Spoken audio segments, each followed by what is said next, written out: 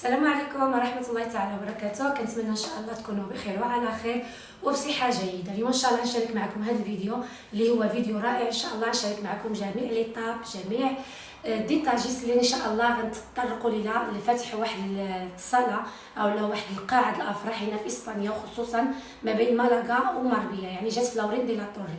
هاد الصاله هذه غتتكون من 3 الصلان د الافراح، ممكن نسربيو 3 الافراح في ان واحد في وقت واحد في يوم واحد، اللي ان شاء الله غنكون انا الشيف ديالها، وانا اللي غنكون ان شاء الله مشرفه على جميع الاطباق اللي غنقدموا للضيوف ديالنا وللعريسات ديالنا والكلينتيز ديالنا. فكنتمنى ان شاء الله الفيديو هذا يعجبكم ويستحسنكم، وكنتمنى ان شاء الله تزورونا عما قريب، وان شاء الله غنعلن لكم على الافتتاح لهذه القاعه دابا في طور الانجاز، في طور التصليحات، وحنا بدورنا كنجتهدوا وكنحاولوا نعطيو الجديد ونعطيو الحاجات المزيونه للكليان ديالنا. دائما كنقول الطبخ ما عنده نهايه، الطبخ هو عباره على بحر يعوم فيه كل الطهات. فان شاء الله يا ربي نتمنى نكون عند حسن ظن الجميع، وانا فرحانه بهذا البروجي هذا وفرحانه بهذا المشروع الضخم الكبير اللي غنكون انا مشرفه، طبعا من ناحيه الطعام، من ناحيه الكاترينغ، من ناحيه الوصفات، من ناحيه الحلويات المملحات الى غير ذلك. ولكن من ناحيه الديكور كاين الناس اللي مشرفه عليها، وغيكون داكشي طوب طوب طوب. اي حاجه احتاجتوها، الديكوراسيون، الحنه، فكما قلت لكم غيكونوا ضيوف معروفين، مشاهير معروفه، غيكون واحد افتتاح عالمي ان شاء الله. وكما قلت لكم غيكون فيه جميع اي حاجه كتحتاجوها في العراسات ديالكم، في المناسبات.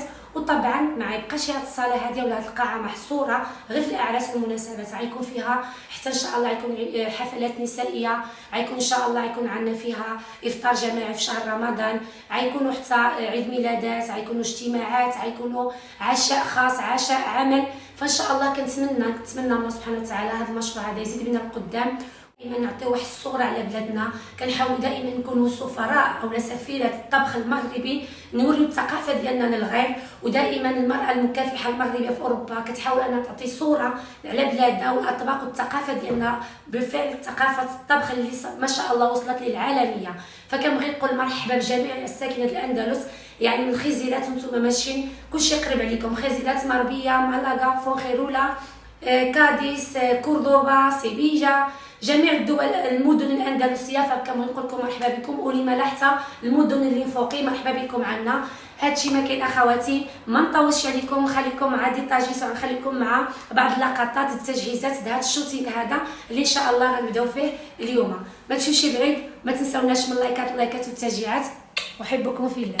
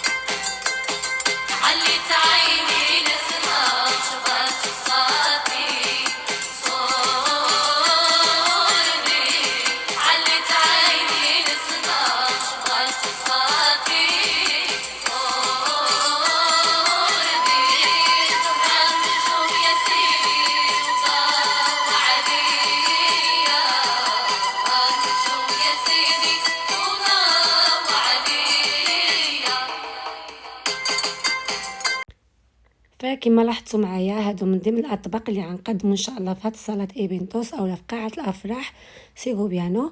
اول حاجه شاركت معكم السلطه او سلطه الرويار اللي كتجي رائعه فينا، وطبعا شاركت معكم طريقه تحضير النصف الخروف اللي دائما كنشارك معكم التتبيله، الديكوراسيون، الخضر المرافقه اللي كتكون دائما مبخره وكنسيطوها مع التويمه المليحه وشويه د الابزار وزيت الزيتون، وطبعا التزيين رائع جدا. حاولنا ان نعملوا فيه مكسرات اللوز ايفيلي، هانتوما كتلاحظوا يا سلام جات تحفه فنيه.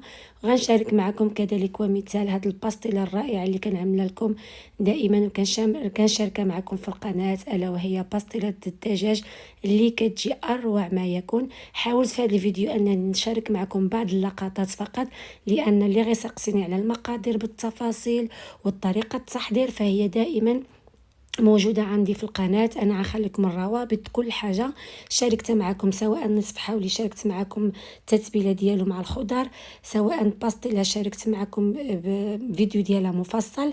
هنا بغيت نعمل غير لقطات وباش تشوفوا الأطعمة أو المذاقات أو الأكل أو الوصفات اللي إن شاء الله غنعملوا في هاد قاعة الأفراح ولا قاعة الحفلات اللي غتكون تحت إشرافي وإعدادي، طبعا من ناحية المطبخ ومن ناحية الطعام ومن ناحية الكاترينغ كتجي يا سلام.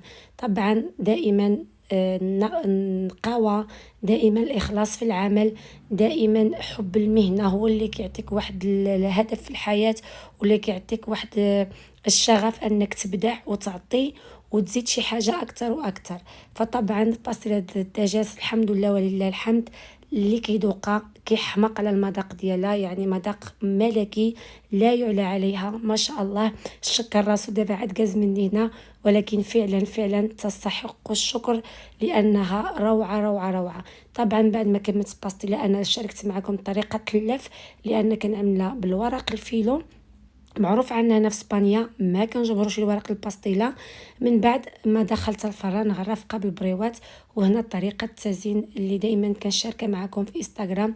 كندهن الجوانب بالعسل وكنعمل اللوز ايفيلي، ومن بعد كنعملها بريوات اللوز. هانتوما كتشوفوا الطريقه يا سلام، وخليكم مع هاد اللوحه فنيه.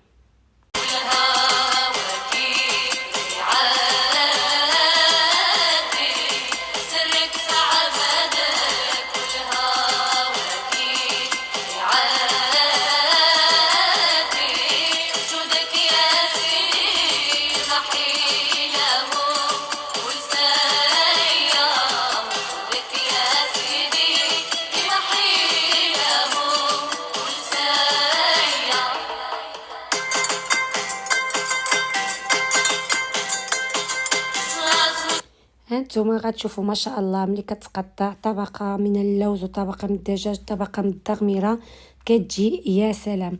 من بعد ما شاركت معكم هاد الاطباق غنشارك معكم تحضيرات لباستيلة السمك اللي حتى هي دوره كتجي رائعه جدا. انا عملتكم هنا غير لي طاب، ولكن اللي يقول لي اكرام اختي المقادير بالتفاصيل غنخلي لكم الروابط، لان هاد الباستيلات سبق لي وشاركت معكم. هنا حاولت نوريكم غير طريقه العمل ديالي كيفاش غنخدم في هاد القاعة الافراح اللي غتكون ان شاء الله مميزه. اطباق غتكون في المستوى المطلوب، غيكون داكشي طوب ان شاء الله. فكما كنقولوا نعاود الروابط غتجبروهم في صندوق الوصف، اللي بغى الوصفات بالتفاصيل غتجبروا باستيله السمك، باستيله الدجاج، الشلاطه، الحولي. فيا سلام هنايا هادو المقادير اللي كنوجد الحاجات اللي غنزين بهم، وكنشارك معكم كذلك ومثال كيفاش كنخدم المانيره الخدمه ديالي، طريقه العمل وطريقه لف الباستيلات. هنا نوع الباستيلا غنعملها ان شاء الله مستطيله، كما دابا في الطريطورات كيعملوا جوج الباستيلات صغارين، يا اما مستطيلات يا اما كيعملوهم مربعات. ممكن تنزلوا في نفس الطاوله او نفس الميسه، وحده الدجاج وحده السمك. هادشي اللي رجعوا دابا كيعملوا مؤخرا الطريطورات الكبار. فحنا غنعملوا نفس الشيء من ملي غيجيو الكليان، يا اما بغاو باستيلات السمك بوحده او الدجاج بوحده كبيره د 10 الناس، او نعملوا لهم اللي خصهم هما مثلا جوج الباستيلات في ان واحد. طبق الشلاضه اللي غيكون ان شاء الله رويال، وكاين شي حاجه اللي غتكون زايده يعني اللي غتكون الطوب ديلوكس اللي كيكون مثلا فيها بزاف د السمك كتكون رويال. واي حاجه تمنيتوها بغيتوها فانا راهن الاشاره. يعني الكليان ملي غيجيو اولا العرايس ديالنا الاطباق اللي غيختاروا غنكونوا راهن الاشاره. هانتوما غتشوفوا الزواق ديالها ما شاء الله جات رائعه جدا.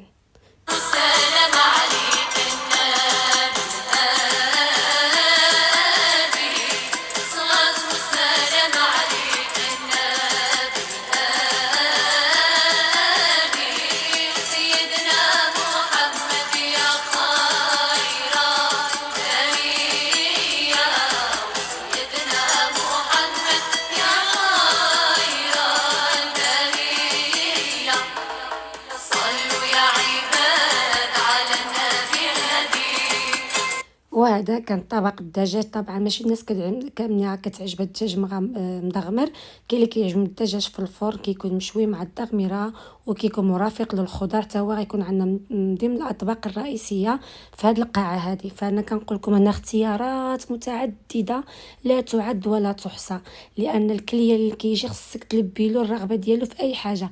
فصورتكم ولو غير ربع من كل حاجه.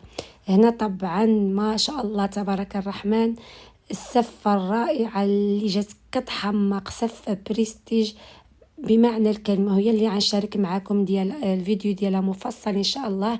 مورا هاد الفيديوهات هادو اللي غنزلكم غنشارككم فيديو مفصل سفة كتحمق لي كوكلي معمرين بواحد الحشوة رائعة جدا، تزيين حصري على اليوتيوب.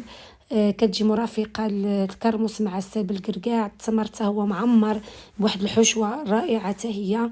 طريقة التزيين مهم، لوحة فنية. كنتمنى ان شاء الله تعجبكم، وانا وعدي غنشارك معكم باذن الله بالتفاصيل وكل شيء غنشارك معكم باش تشوفوا شنو كاين. هذه الدغمره المرافقه اللي جات معلكه ومعسله. فبقاو كنتظروا الفيديو ديالها عندي كالمونتي باش نشاركوا معكم ان شاء الله بالتفاصيل. صلوا يا عباد على النبي الهدي سيدنا محمد شافع العباد، سيدنا محمد شافع العباد. الله الله يا منير. فطبعا وراء هذه الاطباق الرائعه واللذيذه كيجي دائما الديسر في الاخر.